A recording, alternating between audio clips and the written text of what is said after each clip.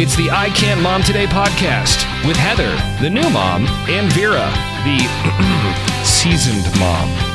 I Can't Mom Today. Hey, this is Vera and Heather with another episode of the I Can't Mom Today podcast. Hi, Vera. Hey, Heather.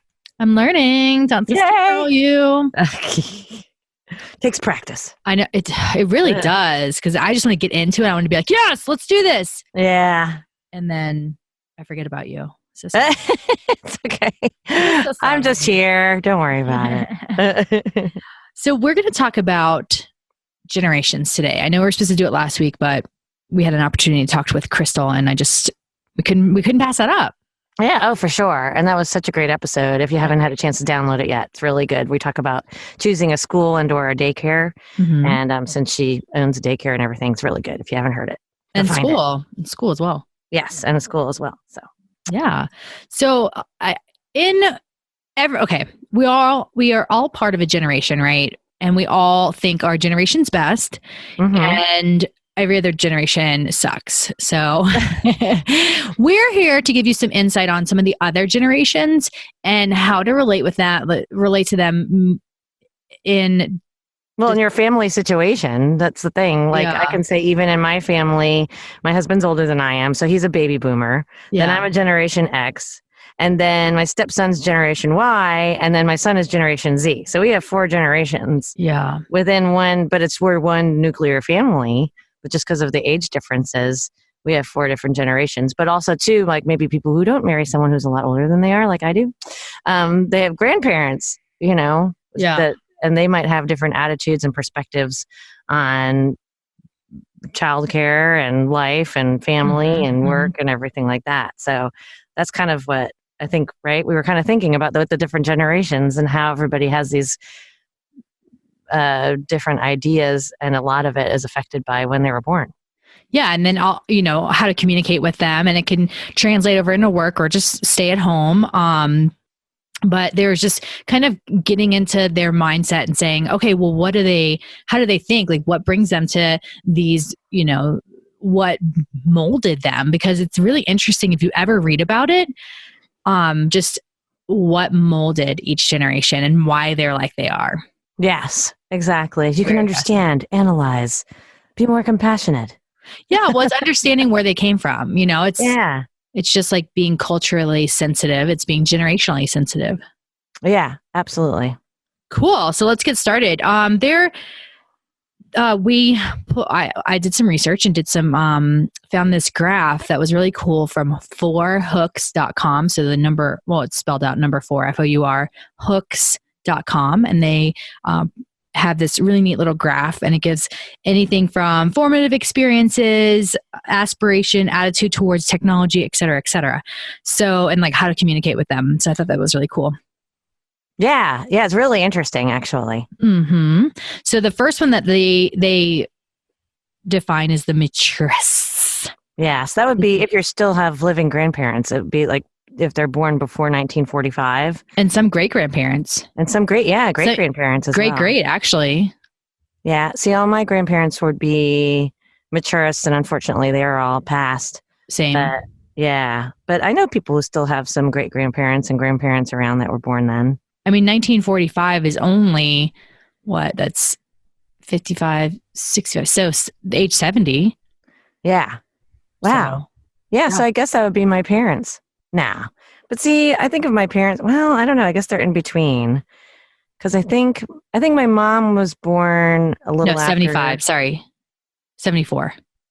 Okay. Yeah. I think my mom was born right around then. So she'd probably be considered like a combination of a maturist and a baby boomer. Mm-hmm. But then my dad's a few years older than she is. So he'd be a maturist, I guess. If you're wondering, I did count on my fingers. Yeah. I was like, hey, I can smell the wood burning over here. So did you want to, so they have a list of their formative experiences. Yeah. So what created them was the Second World War, rationing, fixed gender roles, rock and roll, nuclear families, defined gender roles, particularly for women. So this generation had the Great Depression. They knew what it was like to literally go without and starve. a majority of these people, they didn't have TV, they didn't have electricity. I don't even know if radio was out. Yeah, they had radio. I don't know. Yeah. I'm not a history buff or math buff. Well, the thing is, it's kind of cool. Like my dad, let's see, I think he was born in 39, somewhere around there. Oh, he turned 80. Yeah, so he just turned 80. So he was born in 39. And did I do that right? 39 or 29? Yeah, see, can you work your finger magic there? I would say he's probably 39. So anyway. I think my grandparents are 35. Okay. And my dad just turned 80. Mm-hmm. So he's actually really good about, because they say most of the maturists born before 1945 are largely disengaged with technology. But my dad, for some reason or another, is actually pretty good. Like he has an iPad. He lives on that iPad, man. Oh, my grandma, she knew more about technology. Like she would be like, oh, you need to do this to fix that. I'm like, thanks, Grandma. Go, Grandma. And my dad just started texting just so he can talk to his grandchildren, so he can talk to my son and my nieces. Isn't that cute? That is cute. He resisted for the longest time. He did not like the idea of texting. So every once in a while, my son will be like, yeah, Granddaddy texted me to see how I was doing. I was like, awesome. Because he tried emailing, and the grandkids don't really email. Yeah, Brad's dad texts. Really? Yeah, he's that age.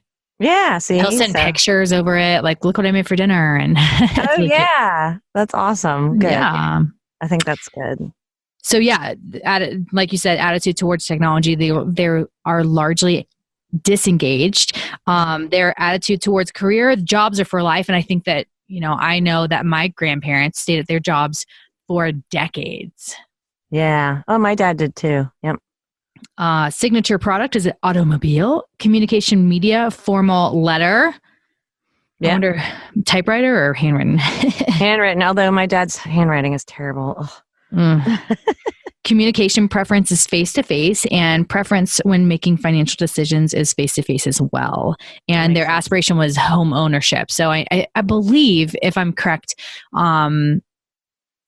while housing was expensive for that time period, I think a lot of people that were in the military were given housing, I believe. It depends. I don't know about given. They're either given it or it was inexpensive. Yeah, like reasonably priced, I guess, compared to others. Mm-hmm. Yes. So, so that was the big thing. You owned a house, and that was your thing. So that was what you aspired to have. Right. You want me to move on? I wasn't sure. You want me to move on to baby boomers? Yeah, go ahead. Okay, so then the baby boomers were people born between 1945 and 1960, which would include my husband. And they experienced the Cold War, the post-war boom, the swinging 60s, the Apollo moon landings, youth culture, Woodstock. They're supposed to be very family-oriented. And it was the rise of the teenager, which I'm not sure what that means exactly. I guess that the I don't know, the idea of a teenager was not that well seated.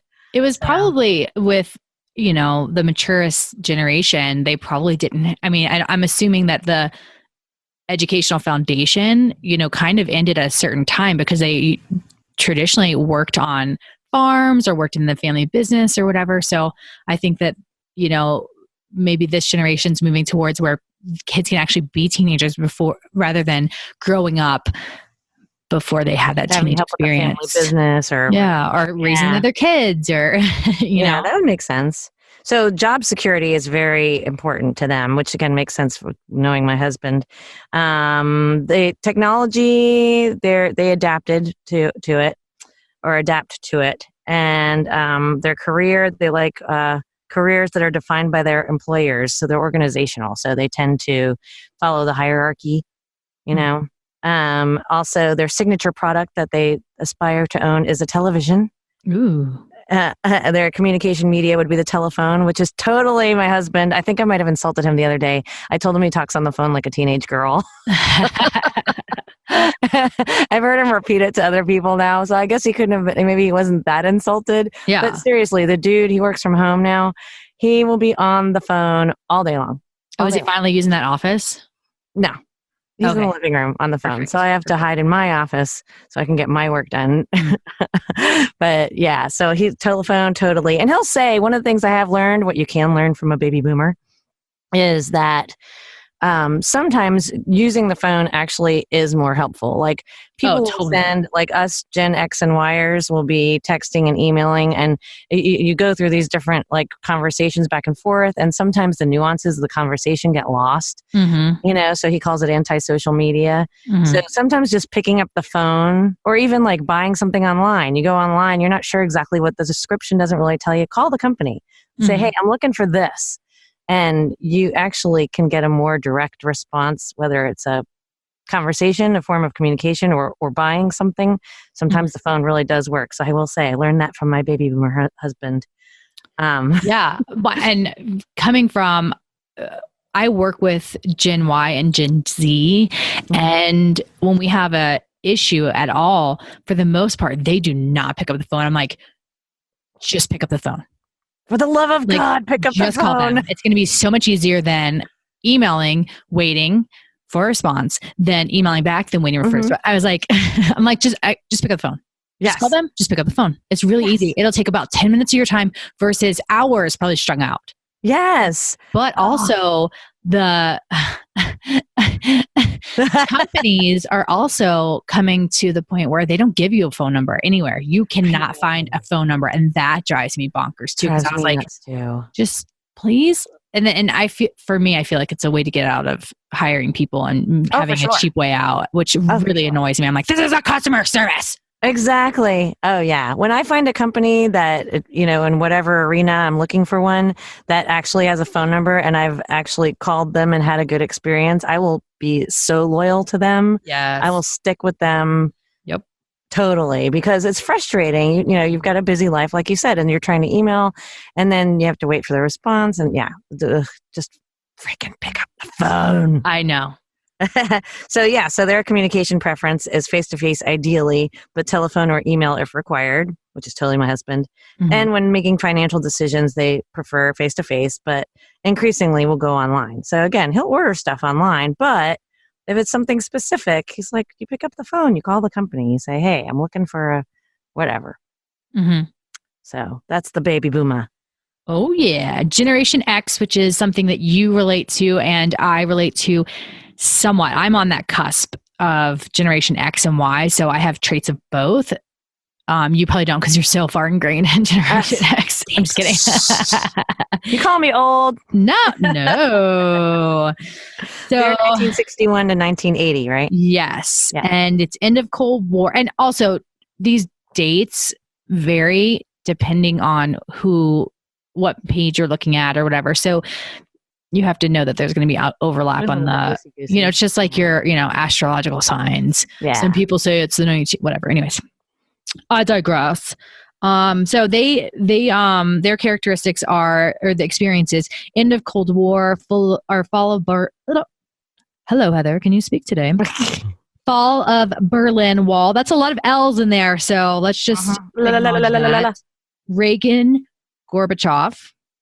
Thatcherism. I don't know what Thatcherism is. Oh, Margaret Thatcher in England. Oh, yeah. Okay. That makes more sense. Yeah. Live Aid. Or is it Live Aid? No, it's Live Aid.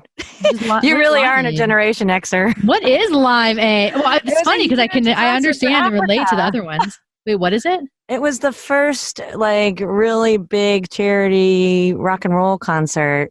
And it had all these rock and roll, millions of people, they watched it and donated money to help Africa. Oh, yeah. I'm not starving people in Africa. Yeah, it was huge. I'm just kidding. Live Aid. Okay, Live Aid. I feel like I do recall that vaguely, but I don't. Again, you were younger. Yeah, I was I was the youngest. Introduction of first PC. Remember that? My dad was all into technology, so he's like, oh, here's a floppy disk. And it's like literal giant. Floppy. 7-inch floppy. Uh-huh. Early mobile technology. Latchkey kids. Rising levels of divorce. Yeah. So, we used to have, my dad was like such a technology nerd, but he's not Generation X. He's not. He's a baby boomer. But we had a bag phone, if you can remember back that far. I remember bag phones. Yep. We had like 20 minutes a month that we were allowed to use because that's what the plan came with. And he would make us bring it into Walmart with us. Like, I'm not even joking. Like, Dad, I look like such a nerd. Like, it was like a status symbol or something. We're like, duh. So their aspiration is work-life balance. They are digital immigrants. So they, is not something they grew up with, but it's something that was kind of like came about when they were older. Mm-hmm. Early portfolio careers, loyal to profession, not necessarily to employer. That's my first. Yeah, same. Well, not like really. My career is my thing, but I'm not going to necessarily work for the same person if they're not helping my career. See, and I'm not like that. I'm like, I mean, I like what I do, but you know what? I could go somewhere else. Like, I've done a lot of different careers in my life. Yes, you have. Yeah. So we won't get into that right now. No. Maybe that'll be another topic of another show. I know how to knock down that, like really nail down that career. We could fill an entire show with all of Heather's careers. Yes. Signature product is personal computer. Communication media is email and text message. And communication preference is text messaging or email as well. Preference when making financial decisions online would prefer face-to-face if time permitting. Yeah, see, that makes sense. Like, I'll buy a lot of stuff, like I'm an Amazon Prime freak, but there are certain things I would like to go in person and go touch and feel and look at and figure out and buy face-to-face because that's part of the experience, man. Yeah. And if you haven't, I use probably with a mimosa beforehand. Sorry. I use Amazon Prime all the time as well. But if you haven't watched the show, what is it called? Adam Ruins Everything. Mm-hmm. Watch that about Amazon Prime. You'll be like, ah! Oh, no. Yeah. Oh, dear. Okay. But do you think this pretty much resonates with you?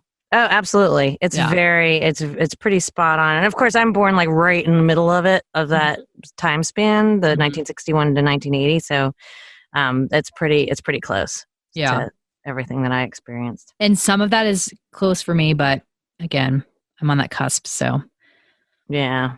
Get into my real generation. All right. Generation Y is approximately 1981 to 1995. These people experienced the 9/11 terrorist attacks, PlayStation, social media, invasion of Iraq, reality TV, Google Earth, and Glastonbury. What's Glastonbury? I don't know. I was just about to say that. Okay. We are not history buffs. Let me Google it. Okay. So I'll continue while you Google. Okay. All right. So as far as aspirations, it would be freedom and flexibility for Generation Yers. Digital native. So a little caveat. This is from the UK. Oh, okay. A lot of this information, I mean, it still is pertinent to as a whole, but Glastonbury is something UK related. Okay. Well, that explains. It's a festival as well. Okay. So, anyway, so y'all are digital natives, of course, and digital entrepreneurs. You work with organizations, not for. So as far as your career or your job or whatever, you'd rather work with this company, not for the company. Yeah. So being like a virtual assistant, I guess, or being like a consultant of some sort. Your signature product is a tablet or a smartphone. Your communication media is text or social media. And then online and mobile or text messaging would be your communication preference. And then actually your preference when making financial decisions is face-to-face. That's interesting. So my generation, Gen Xers, would be more online, but then would prefer face-to-face if it's possible. Whereas you guys supposedly would just really want to do face-to-face. Yeah. I don't know if I don't have to go somewhere. Yeah. But then again, when you have a child, it's kind of like, hello, I can't necessarily shopping with a kid, as we all know. Yeah. Even grocery shopping with a little kid is hell. Sometimes it's great, but other times you just want to poke your eyes out. Oh, yeah, for sure. Especially when they put all that candy in the aisle. Oh. I haven't gotten to that point. He still doesn't understand what candy is, so we're okay. yeah, dude, hang in there until it happens. Yeah. That's Generation Y. Yeah. I think that this majority resonates with me. Yeah. Because, I definitely think, because I think this generation is, in businesses, we don't want to feel like we are working for someone, but rather we're part of, and I think that ownership piece has not been ingrained in other, businesses. Like, you are there to build up the business versus you are part of this. Yeah, I could see that. I can see that for sure. Yeah. Yeah. And then the last generation we're going to talk about is Generation Z. Yeah, which would be born our children. After 1995. After 95. Yeah, until they decide to cut it off. Yeah, so it seems like, I think it's already cut off. I think it's already cut off from what I was reading. I think it only goes until like mid 2000, because it seems like they're all about 15 years. Well, here, let me ask Google, when does Generation Z end? I think it is. I'm just going to say, like, from my research, I believe it is already ended. 2000. That's only 5 years. That doesn't seem right. Oh, no, wait, here we go.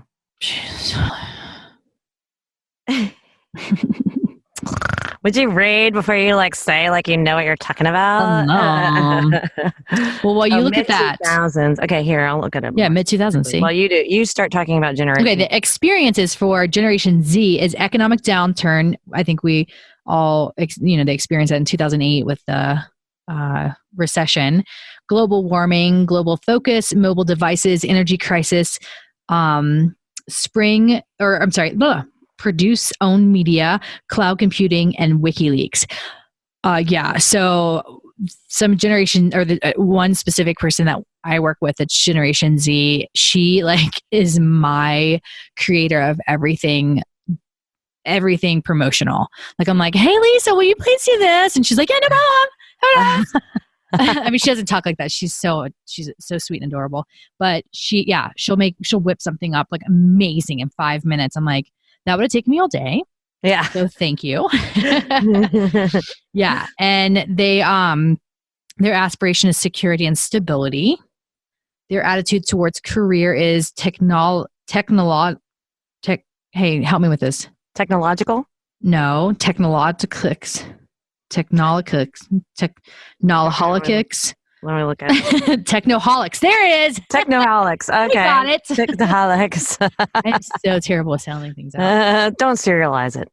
Yeah. Technoholics. Thanks. Technoholics, entirely dependent on it, limited grasp of alternatives. I can totally see that. I think that without technology, they would literally be in a room just walking in circles. Yeah. Unfortunately, they were raised by it. So, although I will say that my son, he's 16, he's pretty good about not texting and just calling. He'll say, and but still basing on technology. Yeah, but he's okay with putting the phone down or putting the computer down. He likes video games, but he's not totally obsessive with them. So, I mean, I guess he's probably not the norm. But I'm grateful for that, at least. Yeah, I think that all has to do with how you grow up. I can already tell Baker is technology dependent already, and he's only a year and a half. One of his favorite things is watching videos of himself. And I'm not even, he just thinks it's so funny. He's like, this baby is hilarious.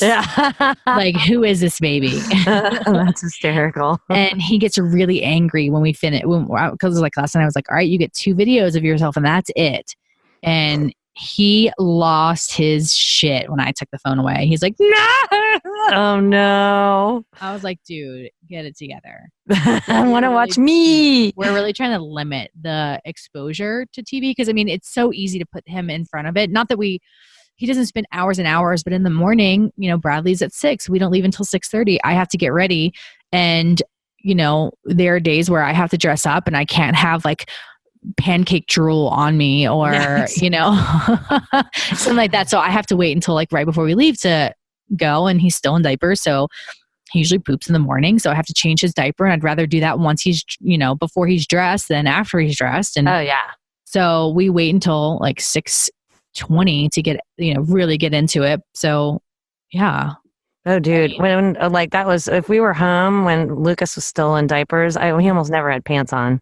Yeah. Like, what's the point in pants? I got to change. So it's so cold here and our house is so drafty that he will shiver if he doesn't have pants on. Oh, it's too cold for you to do that. Yeah. During the summer, I have no problem doing that. Yeah. Like pants? Who needs pants? Yeah. Socks? Oh, when he was a baby, Shoes? I never had him dressed. Never. Yeah. I was like, what's the point? I just take it off to change his diaper, pass. And because that was like every 2 to 3 hours. Anyways. Yeah. Sorry. That was totally my fault. Signature product is career multitaskers will move seamlessly between organizations and pop-up businesses.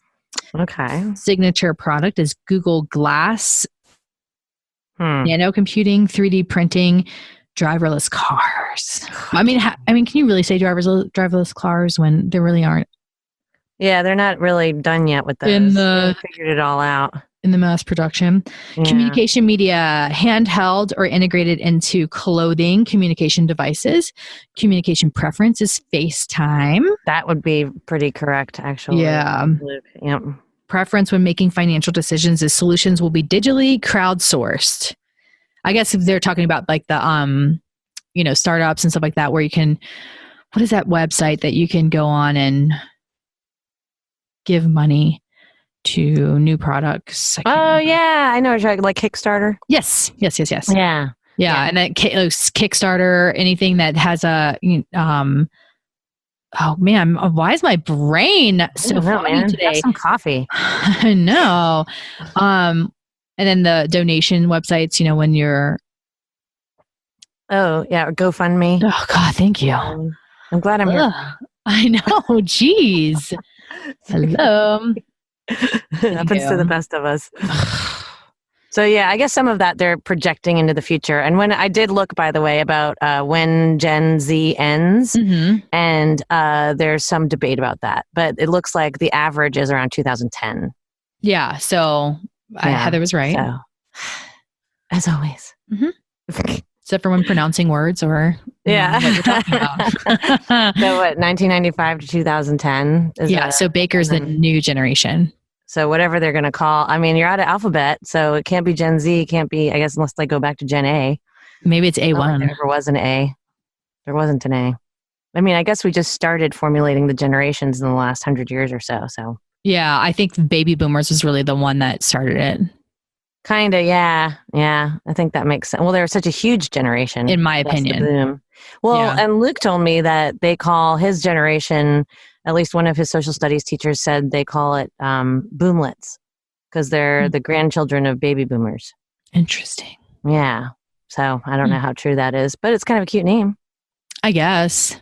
It's not a real word, but whatever. Better than Generation X. Generation X always makes me feel like we're just like basically not even worthy of a name. Like X. We were Gen X. Okay. X. We're edgy. We were the MTV. We got the X Factor.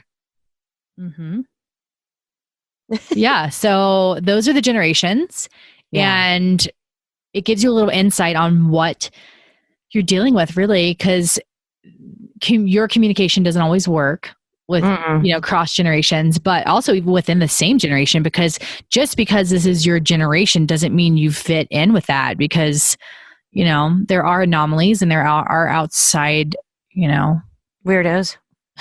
No. No, I'm just teasing. Hey man, that's the whole point of the podcast, just to not feel weird. No, nothing fits in one nice little box. We've said that so many times. So, just understanding each generation is going to provide you with so much more valuable information to deal with the other generations, or to communicate, not deal with it, but. Well, specifically, I think that the communication styles, I think that's a really huge thing. And then my stepson, who's a millennial, and he's so he's so fluid. And it's just, to me, I'm only one generation apart from him, but to me, it's like, I feel like an old lady. I'm like, why don't you get a job? I mean, he gets jobs and he's fine, but he's perfectly fine just floating around, kind of living this place, living in that place, finding a job here for a little while, finding a job there for a little while, changing phone numbers a million times. That drives me nuts. Oh yeah. Oh, I've had the same phone number for like 20 years. Yeah. But other people, yeah, but other people like they switch numbers because I guess he gets, an inexpensive plan and he can't take his number with him and he just doesn't care. I'm like, but I want to find you. I want to be able to text you. And I can't text you or call you because you've changed numbers again. Yeah. Like if you've known me for 15 years or 1 year, it's the same number. Right. Same here. Yeah. So, but I tried, but understanding that his generation is a little different and that is like, I know also another millennial, my girlfriend's niece, who's, she's 30, she's traveling the world, teaching English, has climbed mountains in India to do yoga. And I'm like, man, that's so cool. But at the same time, I couldn't handle, there's that traditional side of me where it's like, there's just no way. I would be like, I need a house. I need a car. I know. So I'm bipolar with that kind of thing. Not to, say anything, say that I really am bipolar or, negate the actual disease or condition. Yeah, that's disease.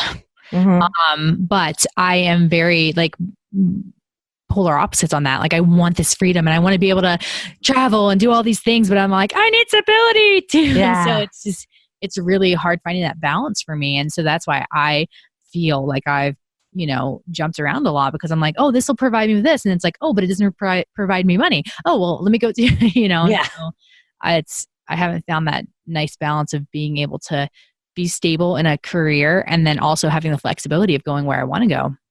Yeah, that's difficult. Yeah. But man, these new generations are doing it. They are. Well, technology definitely helps. Teach me. Just learn. Yeah, but also be patient. I saw a speaker one time and she was very, she was talking about how you need to set yourself up for being transparent and, really working together in a team. And it's not like team building isn't going to do activities and be like, oh, look at these team, look how we're building this team. Team building is based on clear communication. And if you don't have that clear communication, then things are left to interpretation. And that's when you get into sticky issues with other employees and coworkers. And so what you need to do is really be clear. Like, hi, I'm Heather. I like to text mostly. Don't call me unless you absolutely have to, unless it's an emergency. Email me if you have anything. The best way to contact me is this. I accept calls up until 5 p.m. and after 5 p.m., don't expect me to answer. Yep. So it's like kind of giving that expectation in drawing those lines and saying, this is what to expect. And there you are. So exactly. I think if we did that more often, that would help with these kind of generational communication issues. Yeah. Well, and I think it's kind of cool. Like I was saying earlier, like my dad, he just turned 80 and he finally gave in to texting because he's like, I'm not going to get as much communication with my grandkids by sending letters. They're not going to send me a letter back and they're not even emailing. So I'm going to have to conform. And God bless him. You got to give him credit for doing that. Totally. But like maybe I don't think but there's nothing wrong like doing the opposite. And, I would tell my son like, hey, granddaddy emailed you. Would you please email him back? Like you got to kind of work both ways because goodness, granddaddy's 80. Give him a chance. Yeah. And what's so funny too is when I was younger, when I say younger, I mean in my 20s, my mom would be like, you need to call your grandparents. I'm like, they have a phone too? Yeah. It was both ways. But still, you need to call your grandparents. Yeah. I'm like, but like, why am I the one reaching out? And what's funny is they do the same thing. Like we have to reach out to them. They don't reach out to us. Like, it's so annoying. I know. But because my nephew, I reach out to him. He does not reach out to me. Yeah. But you got to respect the generations. But I'm the only one reaching out, I feel like. Yeah. You're reaching out to the younger ones, the older ones. Like, what the hell? Why is it all on Heather? Yeah. Hey, guys, call me. Somebody call me. Somebody. Like, you're an older generation. I reach out to you. Yeah, that's true. I'm just a nucleus, I guess, of the... There you go. See, you're the center of the universe. I knew it. You knew it. It all revolves around you. Yes. Yes. So I guess we digress again. Yes. But if you are having problems with communication with other generations, whether it's in your family or at home, go online and research, how am I going to best be able to, communicate with this other generation? If you are, maybe just have those frank conversations. Like I said, hey, I really appreciate you calling. However, I do I do a lot of multitasking. And so to pick up the phone, it really stops everything in my tracks, and I'm not able to be as productive, even though you're not really that productive multitasking. And to, wrap in the mom thing too. Like, even if you can, say, hey, my kid takes a nap at 1:00. So between 1 and 2, it's an awesome time to communicate with, to get a hold of me. Yes. It's not bad to say that either. But like, text me that you need me to call you, and I'll call you. Yeah. And I'll call you when my kid's taking a nap. Yeah. Or whatever. Yeah. So it's really setting up the clear expectations. Yeah. So. And that makes it easier. It's less stressful for everybody, I think. Yeah. Because then you're all like, gosh, why isn't Vera calling me back? I know. Because it's after 8 and Vera now goes to bed at like 9:00. And it's only 7 my time. So I'm like, why? You're like, what the hell? Yeah. So if you have any other questions about generations, you can go to this survey. It's 4hooks.com, or you can do your own research. And there's so much out there as well. So much information out there. But really, it's just being open and not being offended if somebody says, I don't like to talk on the phone. Not being like, how dare you? Yeah, exactly. Or just call my husband. If you like to talk on the phone, talk to him. He'll talk to you all day long. Vera's number is. Yeah. But, and also being flexible too, if you're not comfortable with texting because you have fat fingers or something, and you wind up, hitting 16 buttons when you hit one. Mm-hmm. Then, which I think is also Jared's problem, right? Yes, he's got really big fingers. I was like, yep, that would be Jerry. Yep.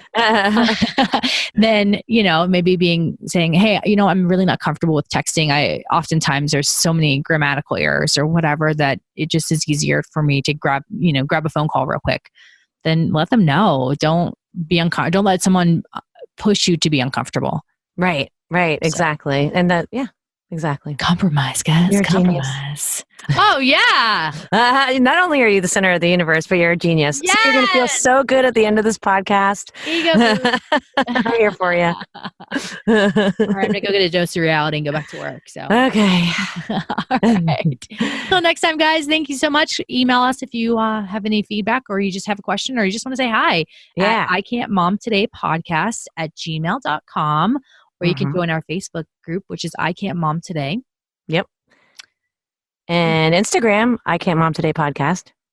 Correct? So we're in all those places. Of course, the Facebook group I like the best, I think, because then you get like the interaction of the other members and everything. So for sure. So join that. You can. They're a great group of resources as well. So yes, exactly.